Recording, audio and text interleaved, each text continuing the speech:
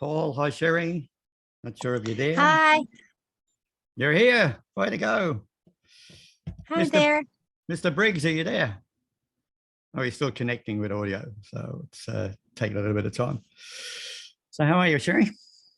I'm good. I was excited to see this because it's been a while. Like my work schedule changed, so the normal Wednesday meeting that I had met you on and had been able to come to, I've not been able to come to for the past couple months. I'm like, I was missing all of you all. So when I saw this, I thought I'm going to jump on. And yeah, this is a little bit different. This is the like your which Wednesday meeting are you talking about? The Happy Neighborhood or the Business for Breakfast? Business for Breakfast. Yeah, that's different than this. So this is my group that I've just started. So yeah, I thought I would check it out and see what it was about. Hopefully you'll enjoy it. So it'll be good. So we're a little bit early, so we've got a couple of minutes to catch up. So hopefully we've had a number of registrations, but who knows who turns up? Nobody knows. So it could be just you, me, and Paul. Although I don't think so. I think there'll be a few more dropping in after the top of the hour. Now, where do you live? I'm in Melbourne, in Australia. Okay. So it's a nice cool day today. My wife likes this weather. I don't. It's too cold for me. So it's 22 degrees. See, whereabouts are you? I'm in Pennsylvania in the United States, and it is, well, it was this morning it was 12 degrees. It's just freezing. It's terrible. I hate the cold too. And that's when you say 12 degrees, that's Fahrenheit, isn't it? Yeah. Yeah, which is below freezing. Yeah. Yeah. Oh, yeah. And it's like a frozen Arctic tundra here, and we're getting a huge ice storm. They said up to a half an inch of ice, maybe more, Thursday and Friday. So I'm more of a warm weather person. Well, it was 33 degrees here Celsius yesterday, which is probably, what would that be? High 80s, I suppose. Oh my gosh. Yeah. Oh, that's wonderful. Yeah.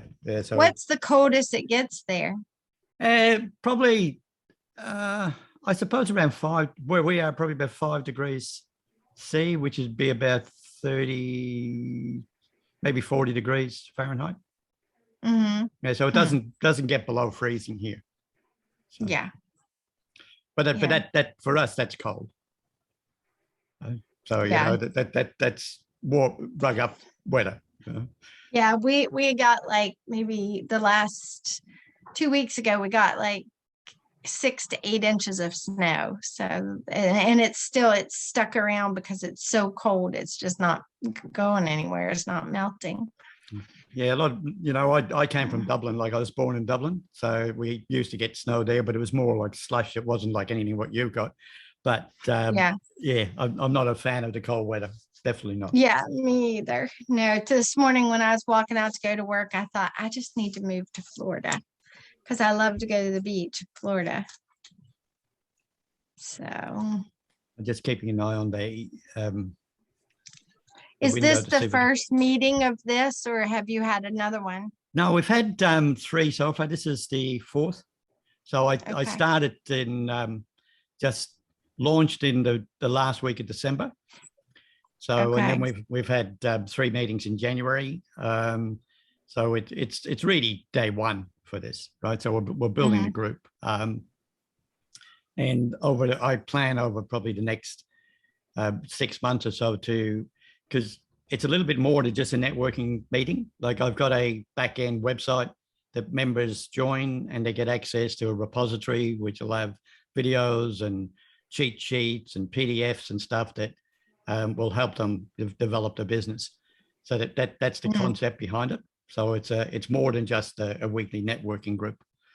And I'm also looking at running a second meeting now to allow for different time zones. So I'm probably going to run one this evening at 8 p.m. our time, which is 8 hours from now, effectively, to see if that works with some other people, because some of the time zones obviously don't work for everyone. So Right.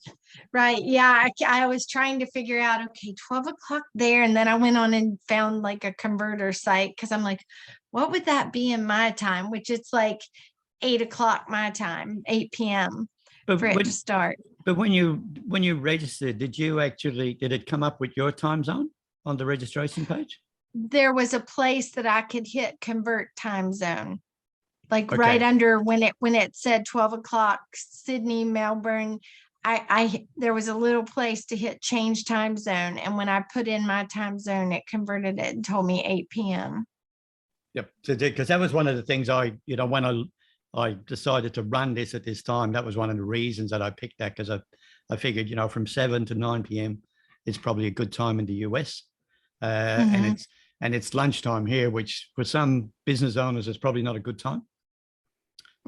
So it's I'm trying to weigh up, and what I'll end up doing is probably having multiple meetings, or at different time zones to allow for that. So I've just got to work out over the next few months and weeks what the best time zone is, for people.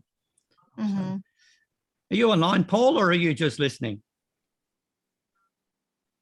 You can put your video on. Your mic is open, so maybe you just dropped away. Paul's actually in Australia too, so it's we're just waiting for some more people to come in. Okay. So once we get a few people in, we'll get you to introduce yourself. But I suppose there's nobody here at the moment. But tell me a bit about yourself. What do you do, or what's your passion? I'm a psychologist. I'm a counselor, and I do online coaching as well. And I do training and public speaking workshops and seminars. So in any particular niche, or have you got an avatar that you look at helping? I think that's one of the things that I'm gonna have to figure out, because I have a very wide, I've had 30 years of experience, and I've done trainings on 100 topics probably, and I haven't specialized in any one thing. I work for lots of different companies and colleges, and so I do just everything, lots of different topics. And I think, I'm finding sometimes, like, for marketability, like it seems like you need to find something and say, this is what I do, or this is what I'm at best at. But I like the wide diversity of things I do. So and I work with all age ranges and across the board populations. And I suppose what that does is like you said, it opens up a wide gamut of things for you as well. So, you're not limited to just one demographic, which probably helps you grow your business as well.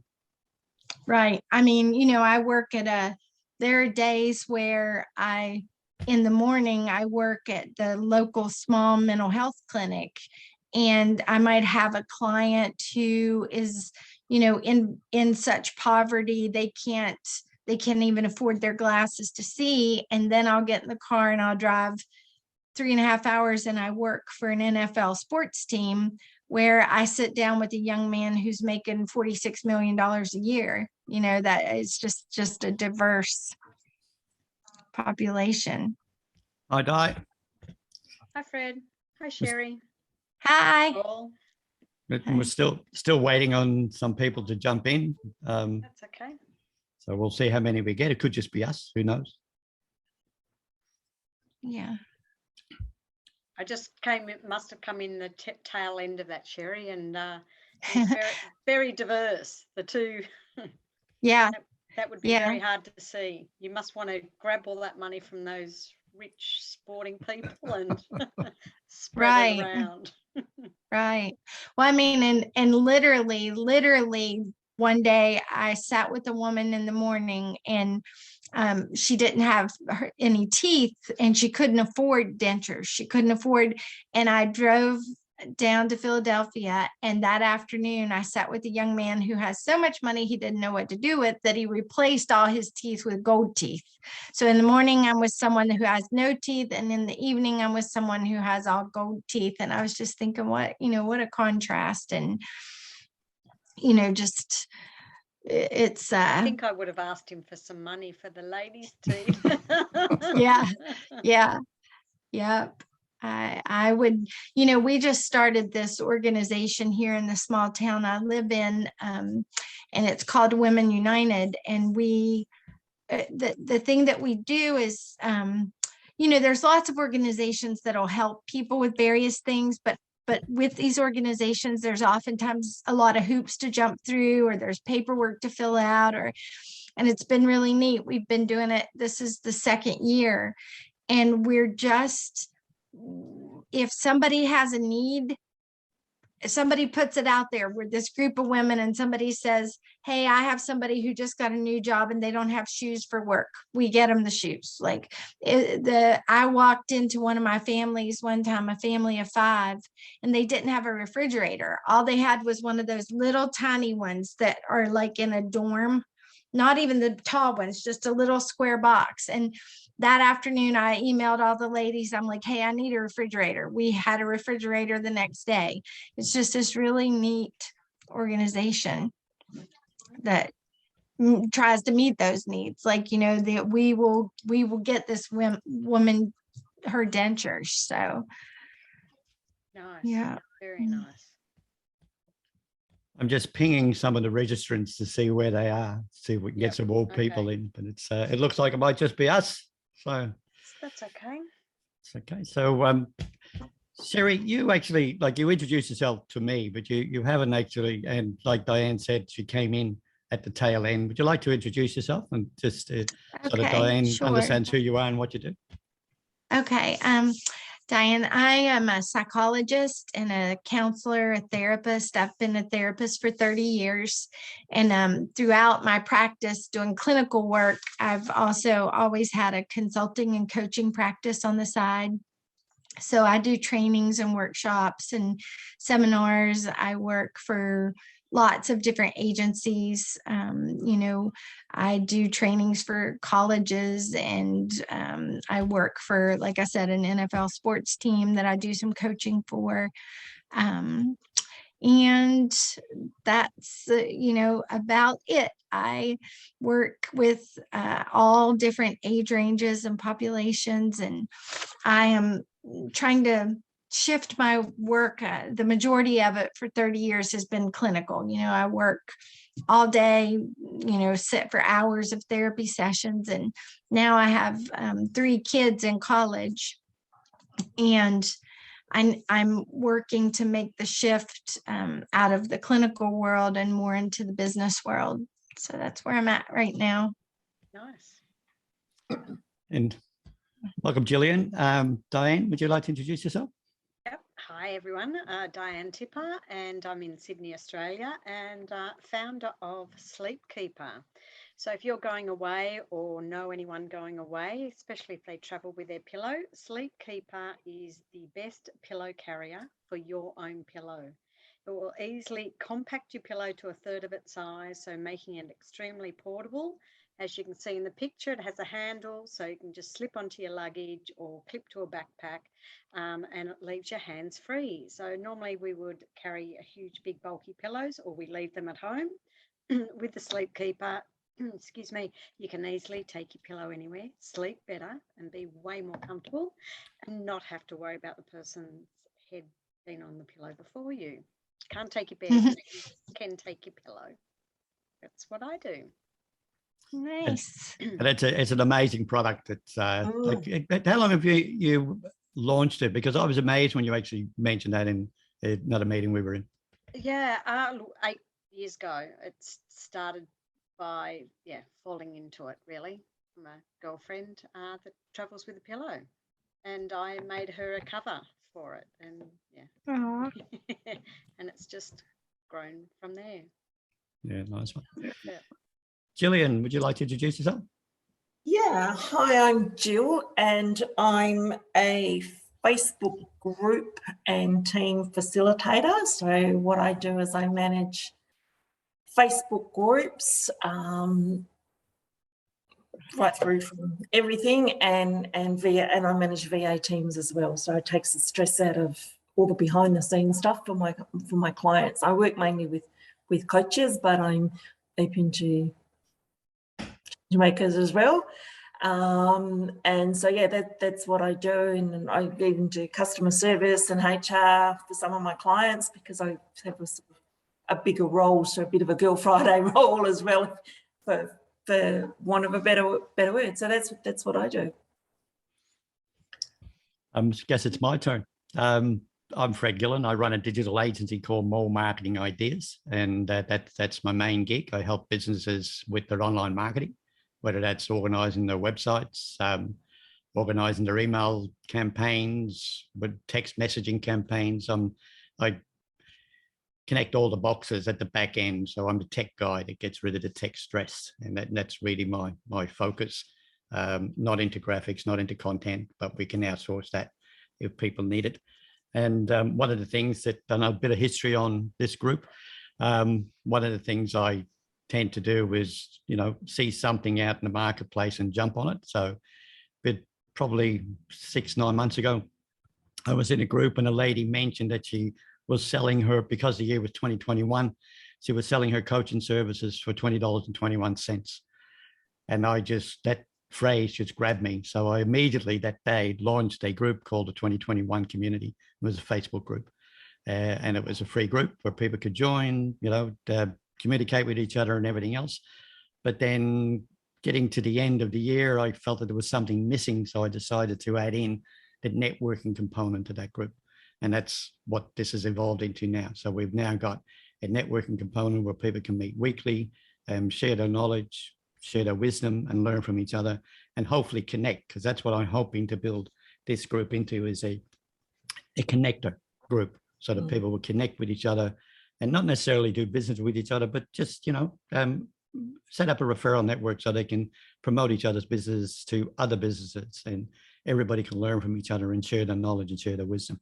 So that's really my focus on this. And I decided to go with the 2021 theme, but the year has changed. It's now 2022. And I set a nominal fee of $20.22 to be a member of the networking group. At the moment, that just changed on the 1st of February. It was a quarterly subscription. It's now a bi-monthly subscription. So people join today, they will be grandfathered in on a bi-monthly subscription level. On the 1st of next month, that will go to monthly. And then the following month, it will go to bi-weekly. And then it will go eventually on the 1st of May, it will go to weekly. So when people come in 6 months' time, they will be paying weekly for access to the group. And that's my concept over the next 12 months, is to build that group into 200 or 300 people. And it'll obviously be my focus to help people network and connect. So that's a bit of the history about the group. Any questions for anybody in the group, not just me? No, just take it away. Share your information, Fred. Okay, I suppose you're a wealth of it. Thanks, Don. The one thing, what I'd like to find out is why do people attend networking groups? Like, what do you hope to get out of it? So can we start with you, Sharon? Well, like I said, the first time I had ever attended one was the Business at Breakfast, and that Dorothy had told me about that. And I had only been able to attend maybe 4 of those sessions before my work schedule changed. So I was just getting a feel for what it was like. And then when I recognized you from there and saw that you were doing this, I think the reason I joined was hoping just to get more information and learn from people in the business world, and especially more marketing and that sort of thing, because I have a friend who we went to the same school, we have the same degree, and he's, making a couple $1 million a year, because he's very good at marketing and sales, and he's gotten in with major businesses and companies, and one of the things, you know, that he says to me every time we talk, he's like, Sherry, you know, I've been in the clinical world. He's like, you've got to get into marketing. I mean, I didn't even have a website for the first 28 years of my business.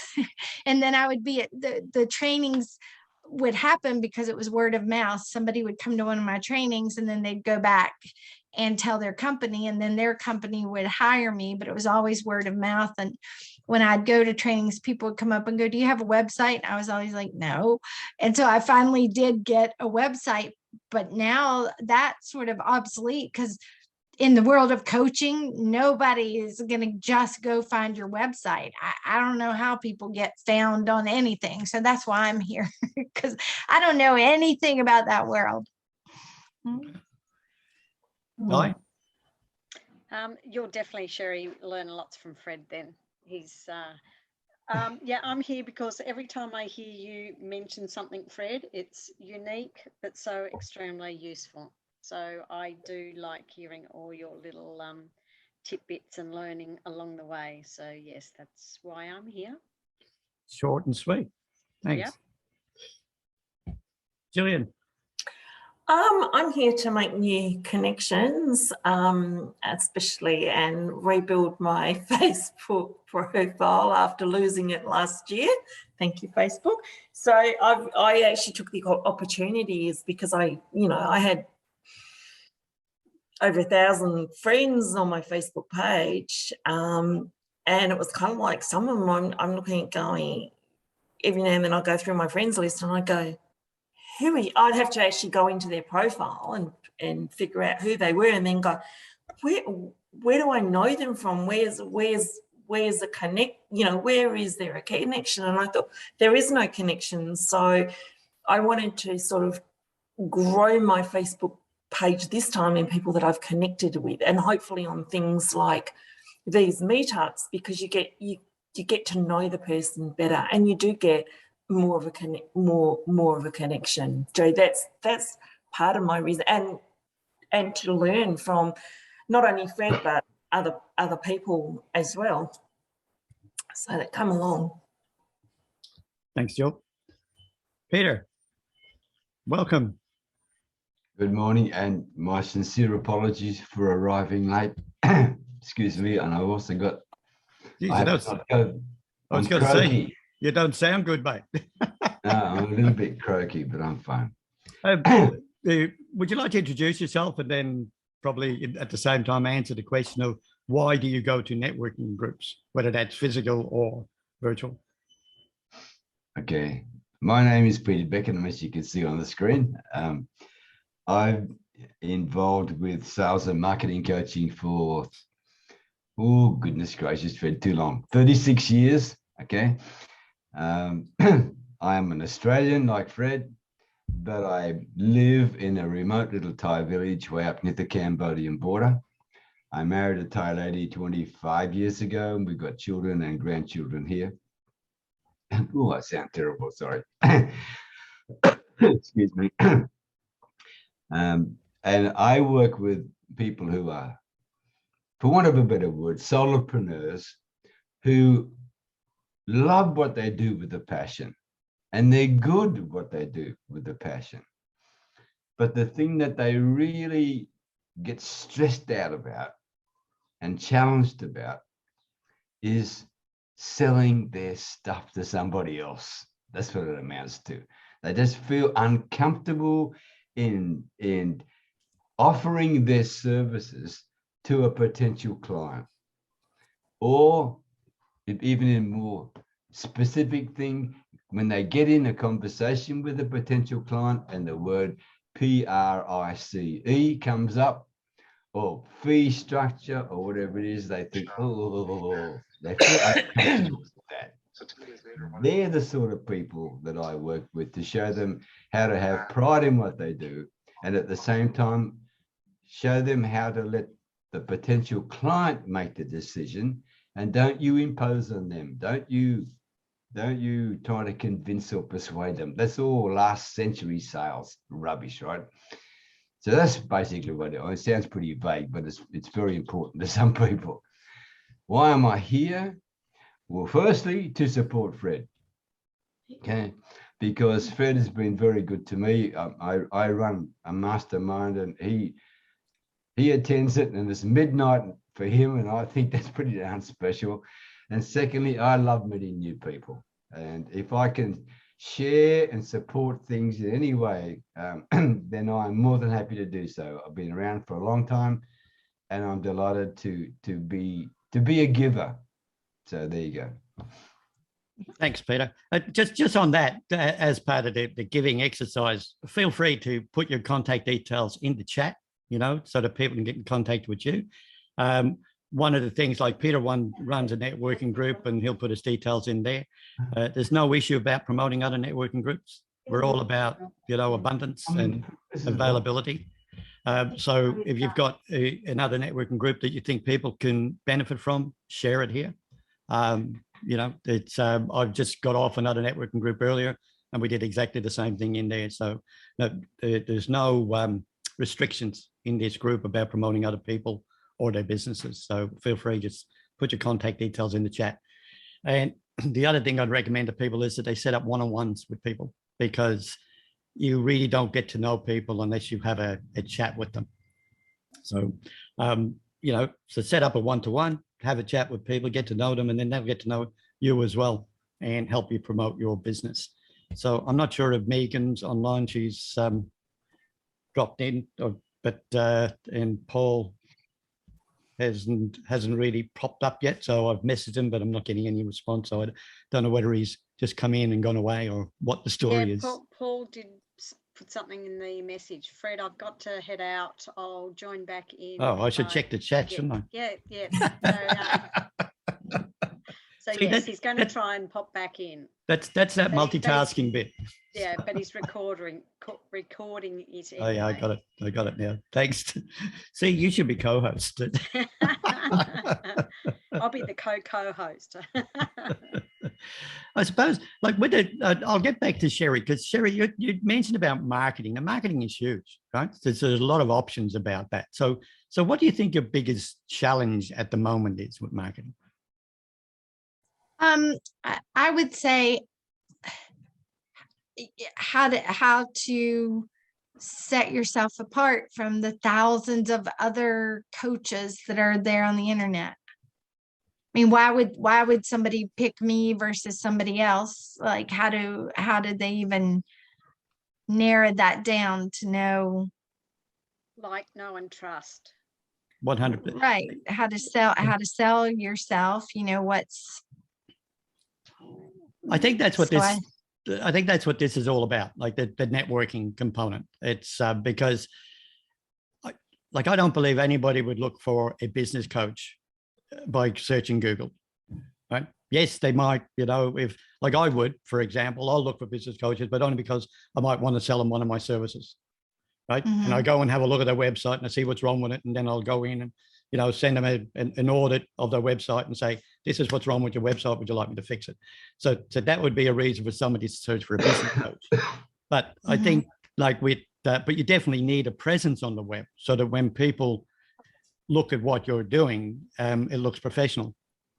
Mm-hmm. So, you've got a LinkedIn profile, you've got and for coaches, I'd probably be looking at LinkedIn as a primary focus, not so much Facebook, although Facebook is a good tool, but LinkedIn is really where the professionals hang out and where the business owners predominantly is where, from what I get from what you're saying, you want to target. So business owners and, company owners or whatever it might be. Also, so Google My Business page. Yeah, 100%. Yeah, every business, irrespective, should have a Google My Business page. And 100%. It's free, and I've just found it's made a huge difference. Yep. Okay. Yep. And if you set that up, and then you can even do posts and different things like that. So it's, and that I think helps with your ranking too, don't you think? Any client setting up a new business for whatever reason, it doesn't matter what, like Google My Business pages are really designed for local businesses to target the local community. But because it's a Google asset, it helps on all fronts, right? So because if you're using Google tools, they will lift you up in the ranking, right? 100%. There's no ifs about that. And if you don't have a Google My Business, and it's now called Google Profile, they've changed the name, so it's no longer Google My Business, it's Google Business Profile. And the idea there is if you post on Facebook, you should post there as well.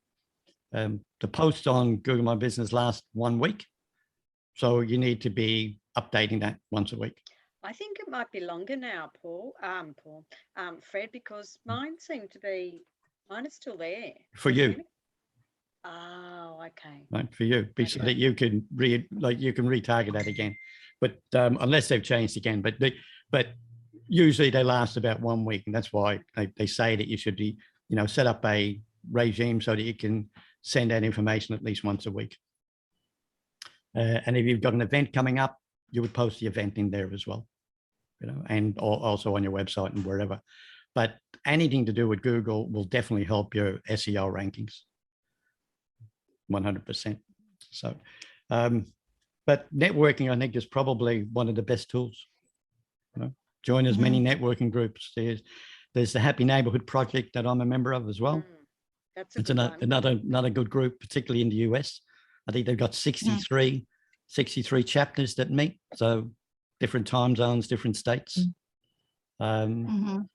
There's a new one popping up, which is you'll probably get an invite to, which is called a virtual dinner party.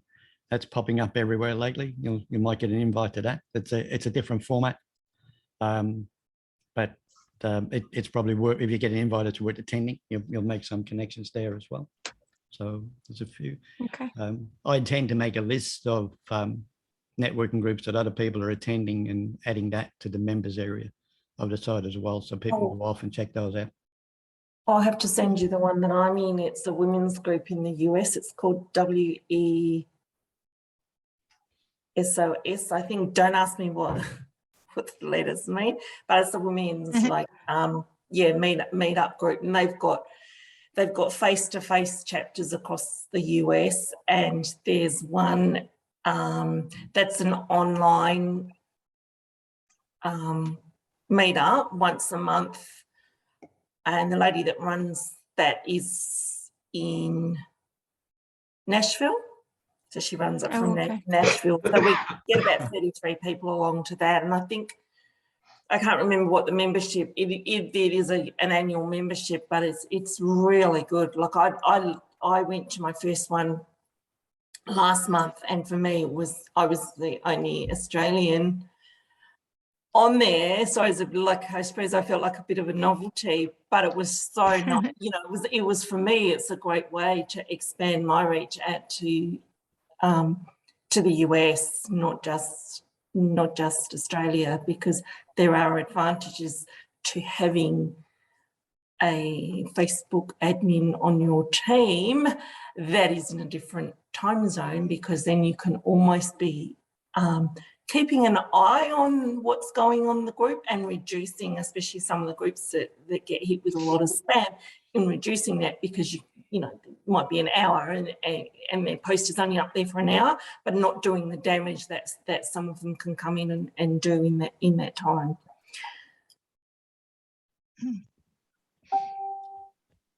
Yep. The other thing I noticed lately is that, Peter, we might have to just start a men's only group, because these women only groups are popping up left, right and centre, mate. They're killing us. We're just more dedicated. But to be honest, Fred, yours is probably one of, Vanessa's, but that always seems to have, we do occasionally get guys in there. There's a few groups that I'm in that are mixed, but I kind of prefer the mixed groups as well, because I would, there's some male Facebook groups that I would like to be hired as their admin for, because I think they need sometimes a little bit of that feminine energy in there. And it's like with a lot of the I suppose the women's only Facebook groups too, sometimes a little bit of male energy. I mean, not all of them are going to work, but I think it's good to have a little bit of both in them. If you stay all in women's groups, I don't know. For me, it's just the energy is exhausting. Whereas I like the men's group because they've got different views of. They come from a different place. They've got different views and different ideas that they can share and enrich the group. Yeah, I do a fair bit on Clubhouse. So, you know, I'm in a lot of the audio rooms on Clubhouse, and I'm probably one of the few guys that join women's groups on Clubhouse. So even though it's got like, you know, women's in business or women in whatever, I'll go in and join, and I always get invited up on stage to speak. So yeah. It's a great platform, you know, to share not only my knowledge, but also make new connections. So do you wear a dress, Fred? Yeah, but you can't see because it's below the screen.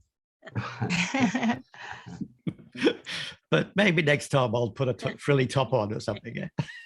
or a bonnet or something. Yeah, yeah. Peter, I asked Sherry about marketing issues and whatever else. So you're a marketing guru, you know. So could you share some of your maybe advice for Sherry of how she can probably market her business online to get more awareness? Okay.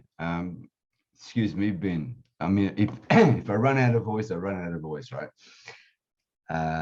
Sherry, I heard someone refer to know, like, and trust.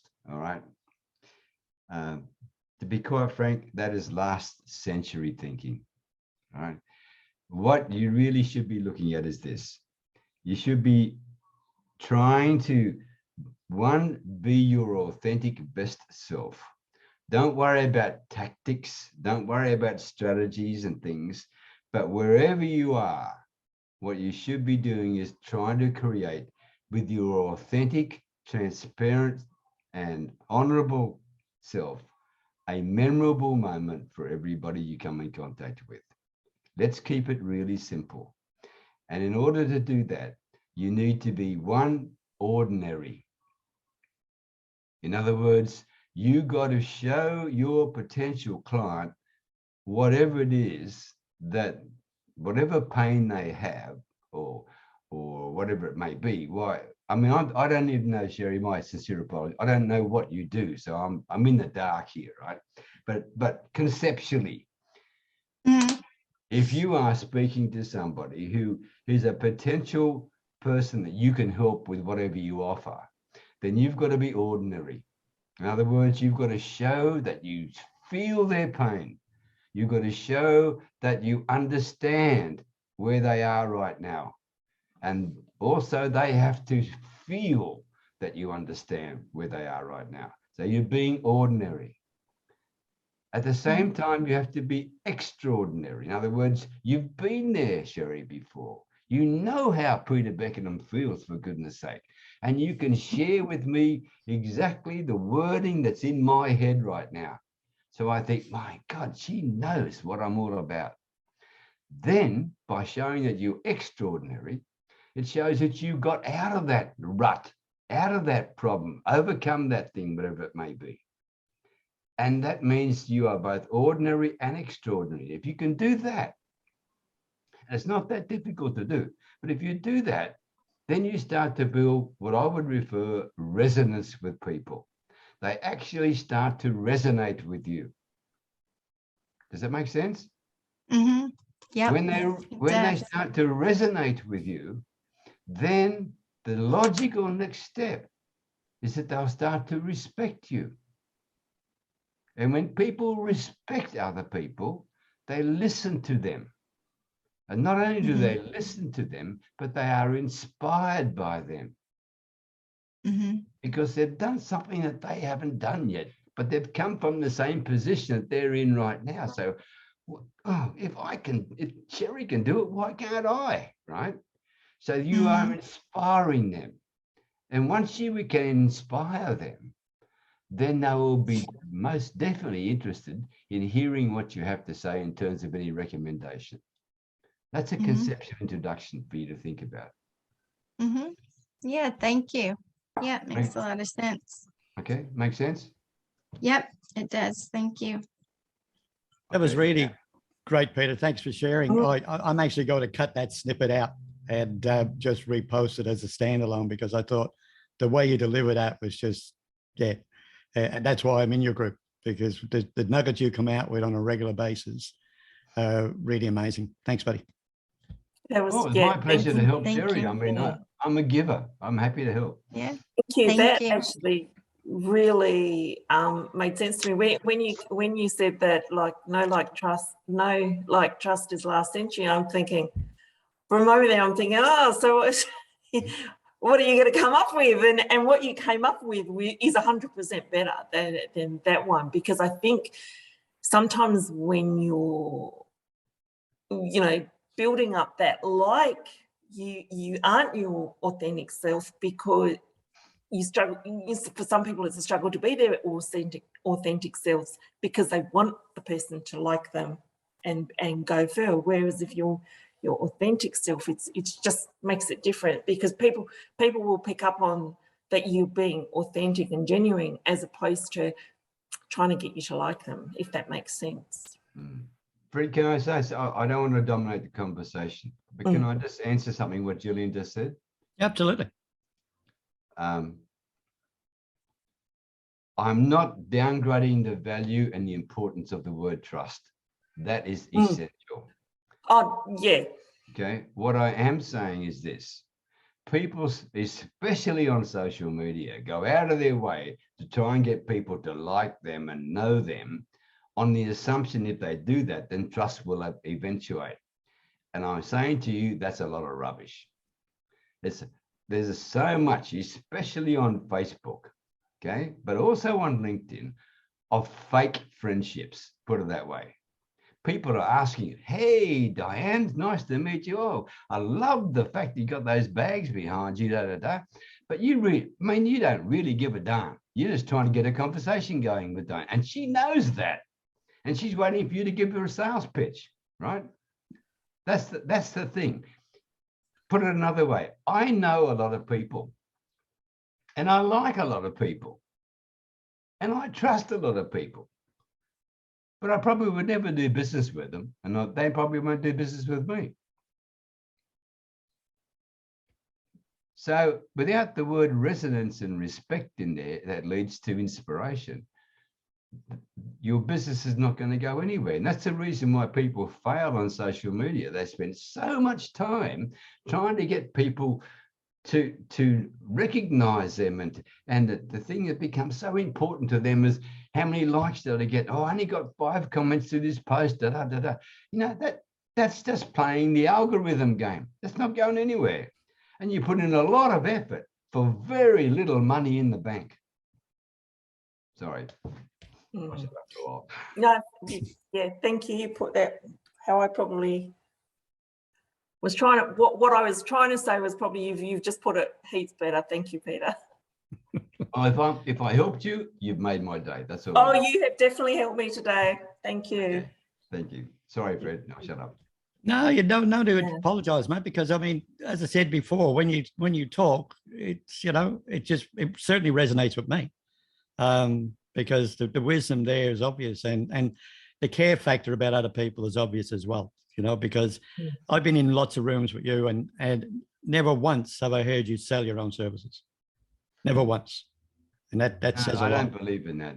Yep. I don't believe in that. I mean, people will respond to you if you give. People will respond to you if you tell the truth.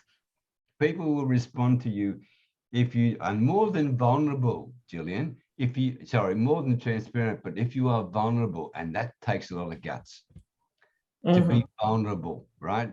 And to be vulnerable means being prepared to share that you've made a mistake. Okay, if you have the intestinal fortitude to say to somebody, I really didn't do that very well, that other person's going to think you're real. You're not trying to do anything, you're real. And in this day and age of COVID and uncertainty and skepticism and increased competition online, and Fred knows all about that, right? And that's what makes his business, because he helps to get people seen and visible. But with so much competition online, the key issue is to stand out. And the best way to stand out is to be the best you. That's what I'm getting at. Don't try and pretend to be somebody else. Just be you. And now, and I put in the chat there I'm- my I'm- website, I'm- and I said it's the ugliest on the internet, and it is. And Fred, you can look at it and think, oh my goodness, Peter, what you can do so much with that website, and he knows I'm a technophobe. I'm hopeless, right? But it works for me, so I'm just going to leave it as it is. I'm actually too lazy to try and be someone else, because when you're trying to be someone else, it's hard work. Yeah, it is. But I was alluding to this. We all can go to all these various training sessions and coaching sessions, etc., because we want to keep learning, because that's a key. There's no doubt about that. But whenever you do that, you need to make sure that you take the information that you learn and put it into your own value system. Mm. Okay. Otherwise, you are trying to be someone that you're not. Anyway. I think what you're saying there has really got a lot of, value to it, because it comes out very quickly. Like if you're trying to put on a facade and pretend you're somebody, you're not.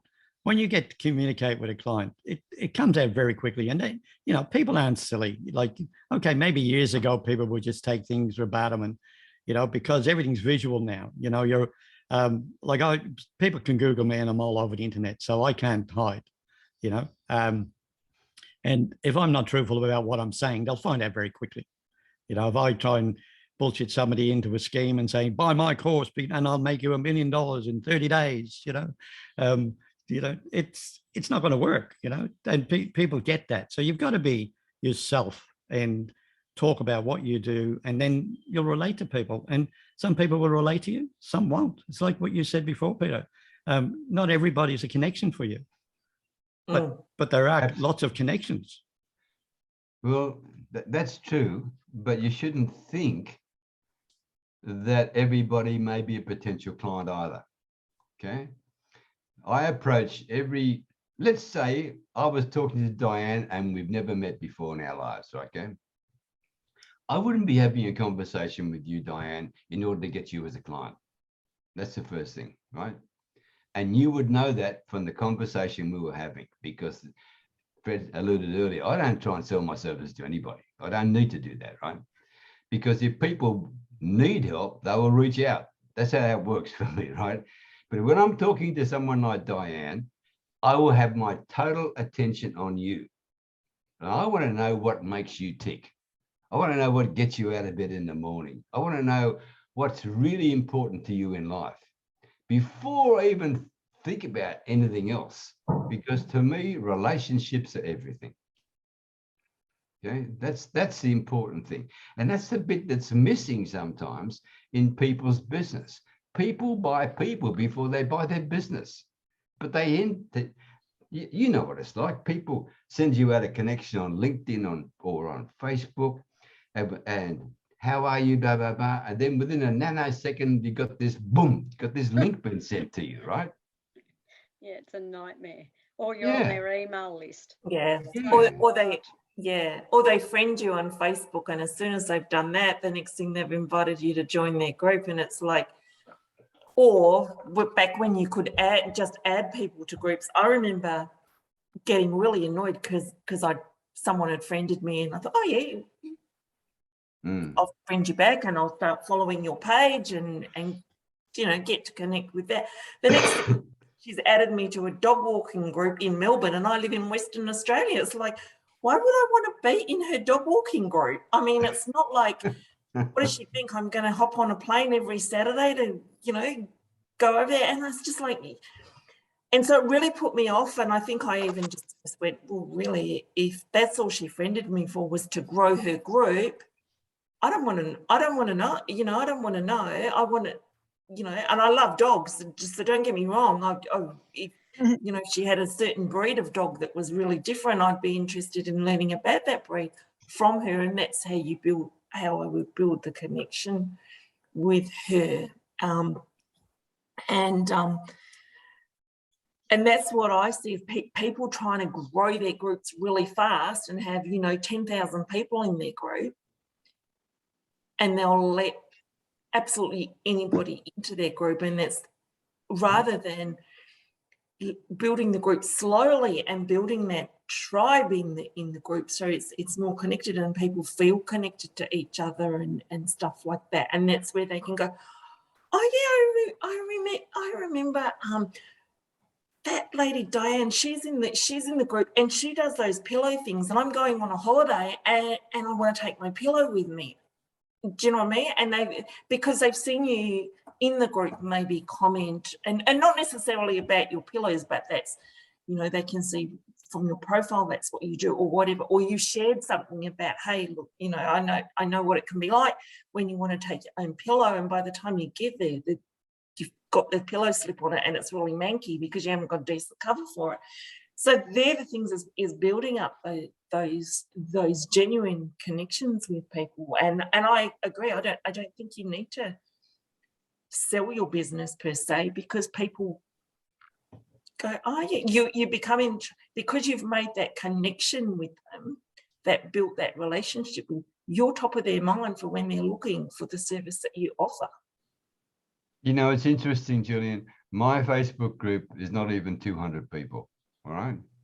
And I'm going to put a limit of 500 on it anyway, because if it gets too big, then you lose the connections. And within that group, they are like, they're a community. On the chat, I've called it my Facebook community. It's a community. It's not a Facebook group, right?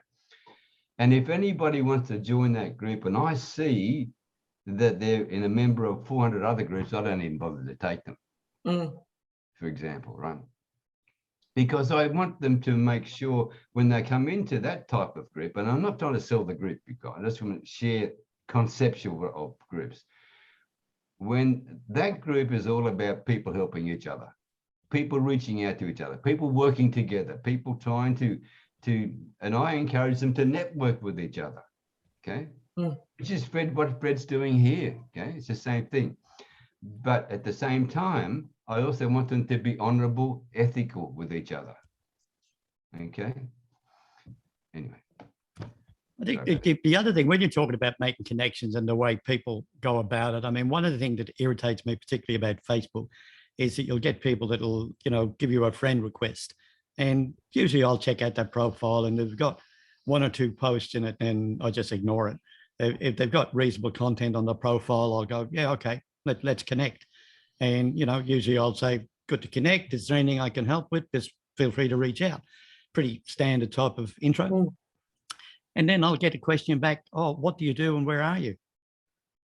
And I'm going, mate, it's in my profile. You know, you don't check out my profile. Well, this conversation is going nowhere. We're not going any further, you know? So it's just, and that's the one thing, and it's pretty important when you connect with people that you look at their profile. You know, because you don't just want to accept friend requests just for the sake of friend requests. Like if somebody's selling affiliate marketing, they're not my client, you know, and they're not my connection. And I don't help people with affiliate marketing. So, you know, and I use Facebook for business. I don't use Facebook. I don't post anything about family on Facebook. I purely use Facebook for business.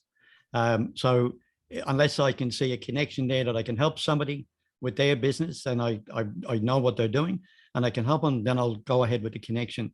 If they can help me with my business, I'll go ahead with the connection. But if there's nothing there and they're in a different genre or a different industry or whatever else, and I can't see any benefit, then I don't go ahead with the connection. I just say, thanks, but you know, we're probably not a good match. Well, when people send me friend requests, what I'll often look at is go, if we were meeting in real life, would this, or if this person lived in the same town as me, would we be friends? Would you know, would we move in the same circles? Would we have similar interests or something like that? You know, since opening my recreating my Facebook profile, I've been hit on, and I don't know why, but I've been hit on by a lot of women that are all about being mothers, you know, and that's what they do. They help mums deal with kids that don't sleep in there. And I went, I've been there and done that, and it's not really my social. They're not really the people I want to be socializing with. I'd rather be socializing sort of age groups more my age and people that are got similar interests to me as well. So yeah, I think people just collect Facebook friends because then it looks like they, you know, oh wow, she's got 3,000 friends. Well, really? I mean, most people in real life wouldn't have 3,000 friends. They might have 3,000 acquaintances. Yeah, exactly. So yeah, it's just, and it's yeah, and I think I try and do quality over quantity. Quality over quantity. Yeah, the other thing is this: be careful with your Facebook and LinkedIn profiles, because it should not be about you. Okay, your Facebook and LinkedIn profiles should be about the people you want to serve. When it comes to let's take Facebook as the example. There's a tab under your personal profile called About. Now, in that About, you should actually be putting in there, these are you should be appealing to the people that you want to speak with. So when they check you out, they think, wow, Julian's talking about me. That's the sort of reaction you want, right? Rather than I'm this and I've done that and I've got this qualification, I've been doing it for 20 years. So people don't give a damn. They want to know, what can you do for them? Yeah. And if you've taken the time to share some of your personal real estate on your profile to show that you really do give a damn, and you do, this is the sort of people that you like to work with and help, and these are the problems they normally face, okay, then you may find a completely different set of reactions coming to you. Food for thought. Well, guys, we're coming pretty close to the top of the hour. I hope everybody got some value out of today. I know I did.